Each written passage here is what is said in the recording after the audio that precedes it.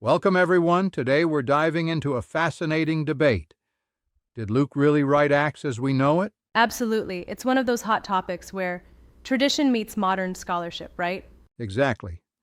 And it's really interesting because while millions of people assume that Luke and Acts were penned by the same hand, there's growing evidence suggesting that the trail might actually split in two. Yeah. So we're essentially looking at two texts that may share a tradition, but might actually be composed by two different minds. Yep, exactly.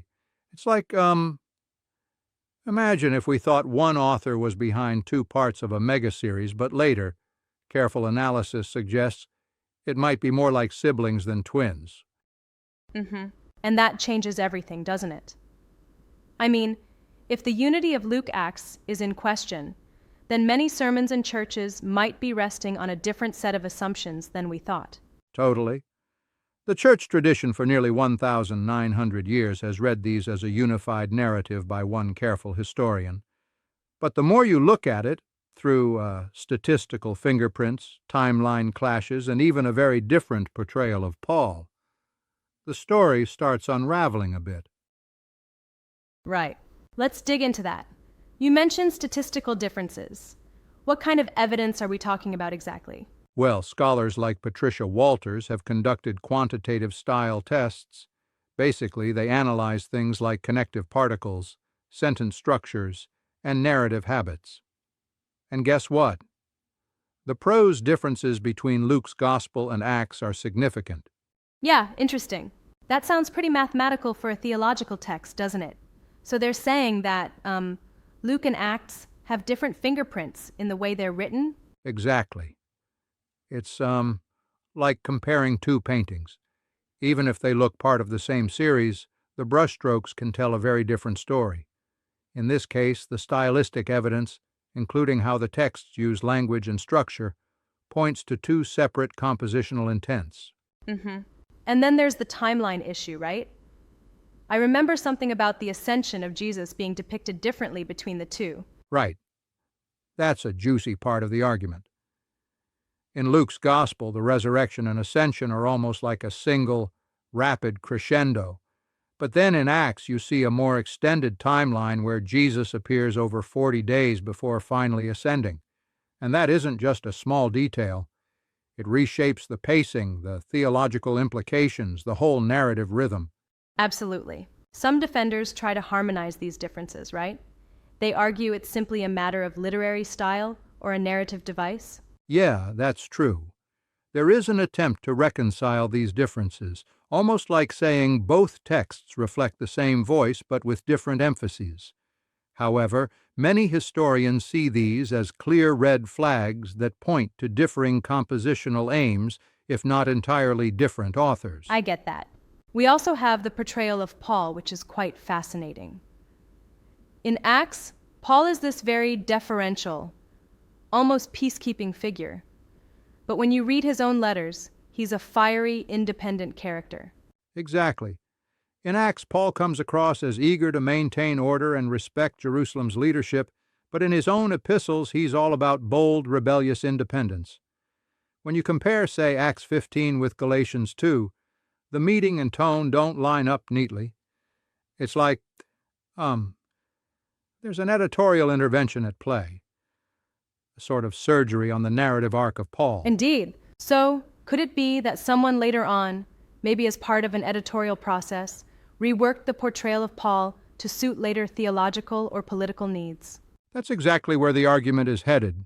Some suggest that an editor or later writer might have deliberately smoothed out conflicts, even rewritten historical details to better align Paul with a more acceptable narrative. It's a kind of, strategic editorial move linking back to second-century concerns, like handling controversies that didn't even exist during the time of Luke's original writing. Yes. Speaking of second-century concerns, let's talk about the dating argument. I heard Richard the Pervo argued for a date around 115 to 130 CE for Acts. Is that right? Exactly. See, if Acts was composed later, around 115 to 130 CE, that's well into the period where Christian apologetics were ramping up. and where there were major internal debates. It wasn't just a historical recital, but more of a reaction, possibly even a counter to controversies like those posed by Marcion. That's a profound shift in perspective, isn't it? If the author of Acts was responding to second century issues, then the text isn't simply a neutral record.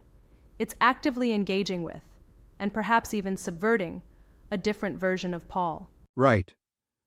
Joseph B. Tyson even suggests that by the 100s and 20s, the canonical Luke and Acts were being shaped as a direct response to Marcionism. In this scenario, Acts functions more as a manifesto, domesticating that unruly polemical view of Paul and aligning him almost forcefully with Jerusalem's traditional apostolic figures. Yeah, that's wild. And this notion really puts into question the long-held church perspective. I mean, if Acts was written with a second century mindset, it could essentially be a theological counter-argument rather than a simple historical narrative. Exactly. And that has huge implications today, especially for modern debates on Paul, tensions like law versus grace, tradition versus innovation, and church authority versus dissent. If the portrayal of Paul in Acts had been reframed to suit a later agenda, then all our modern interpretations might be, in a way, built on someone else's spin. That's really a mind-bender. But, I can see how some would push back on this interpretation.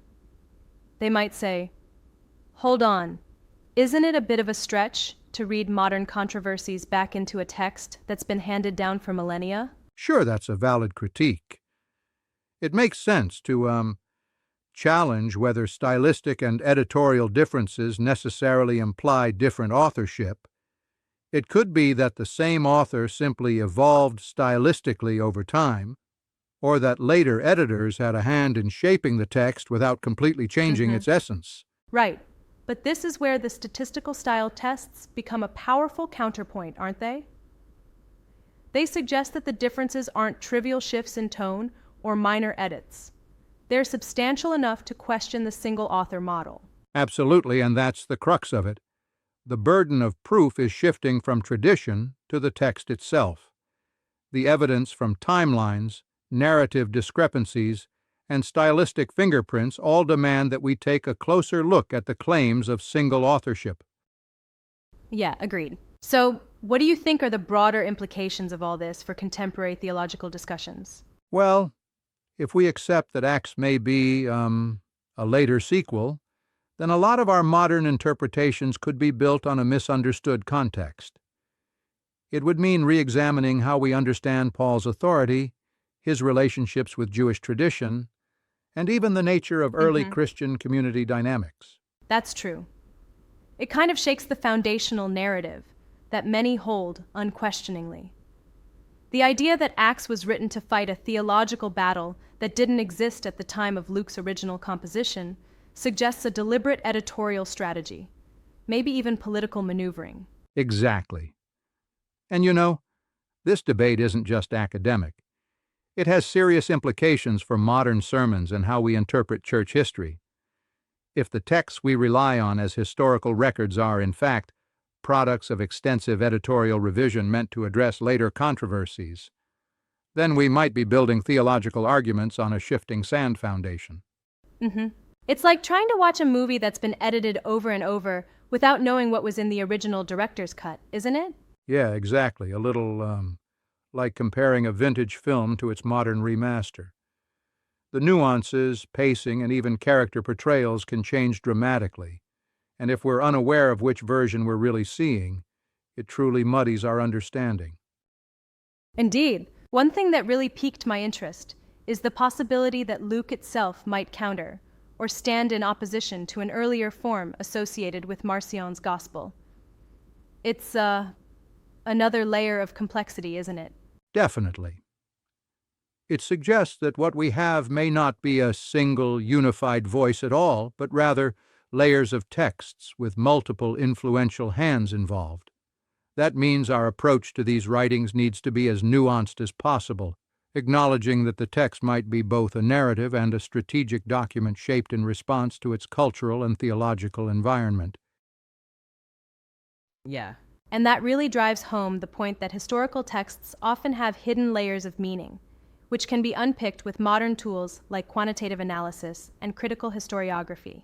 Exactly, it's a reminder that our ancient texts, much like any historical documents, can be far more complex than we might assume at first glance. They're not just static relics, they're living documents that have been, molded by the contexts in which they were transmitted.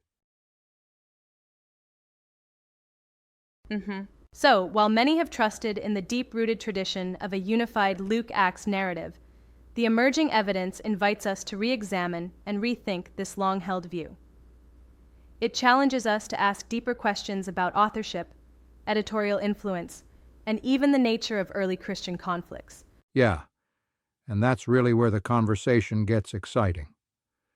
Whether you're a traditionalist or a critical scholar, this debate forces us all to look at the texts with fresh eyes and remain open to new interpretations, even if they unsettle long-established Exactly. narratives. This discussion leaves us with much to ponder. It's not just about books on a shelf. It's about how history, theology, and literary analysis come together to challenge the stories we thought we knew. Thanks for this insightful dive, and here's to always questioning and exploring.